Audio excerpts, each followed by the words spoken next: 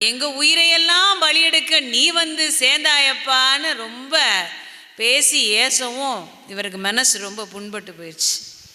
அடடா, நம்மால் இத்தனை உயிர்கள் போக போகின்றதே, நம்ம எடுத்தோடனே பூதம் தின்றிருந்தா கூட பரவாயில்லையே, நம்மளை கூப்பிட்டு வச்சு செய்கிறானே, வச்சு செய்கிறானே, என்னடா செய்ய, இனி நம்ம சிவனை கூப்பிட்டாலும் வரமாட்டார், அவனை கூப்பிட்டாலும் வரமாட்டார், என்ன யமனும் வரமாட்டார், சிவனும் வரமாட்டார், நாம் என்ன செய்கிறது, வேறு வழியே இல்லை.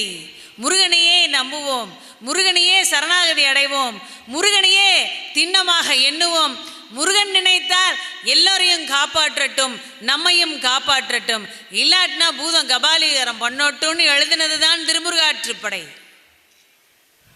5 முகம் தோன்றின் 6 முகம் தோன்றும், வெஞ்சமரில் அஞ்சேல் என வேல் தோன்றும், ஒரு கால் நினைக்கின் 2 காலும் தோன்றும், முருகா என்று ஓதுவார் முன்னன் அற்புதமாக பாடினார்.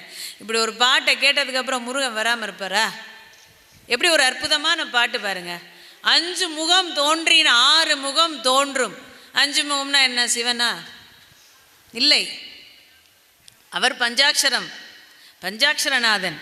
ஆனால் 5 என்று சொன்ன உடனே ஐங்கரனையும் நம்ம சர்வேஸ்வரனையும் தான் நினைப்போம். 5 முகம் என்பது அஞ்சுகின்ற முகம். எனக்கு யாருமே கதி இல்லைப்பா, அதான் நான் ஏற்கனவே சொன்னேன், திக்கற்றவனுக்கு தெய்வமே துணை என்று சொல்வார்கள். ஆனால் நான் கும்பிடுற எந்த தெய்வமும் என்னை காப்பாற்ற வரலப்பா அப்படின்ற ஒரு அஞ்சுகின்ற நிலைமை உங்களுக்கு வருகின்றது என்று வைத்துக் கொள்ளுங்கள், கவலைப்படாதீங்க. 6 முகனை கும்பிடுங்கள்.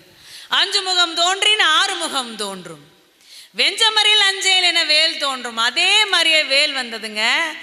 6 முகம் வருவதற்கு முன்பாக வேல் வந்தது. கொஞ்சம் தண்ணி கொண்டு வந்து வைங்க பாருங்க. வெஞ்சமரில் அஞ்சேல் என வேல் தோன்றும், ஒரு கால் நினைக்கின் 2 காலும் தோன்றும்.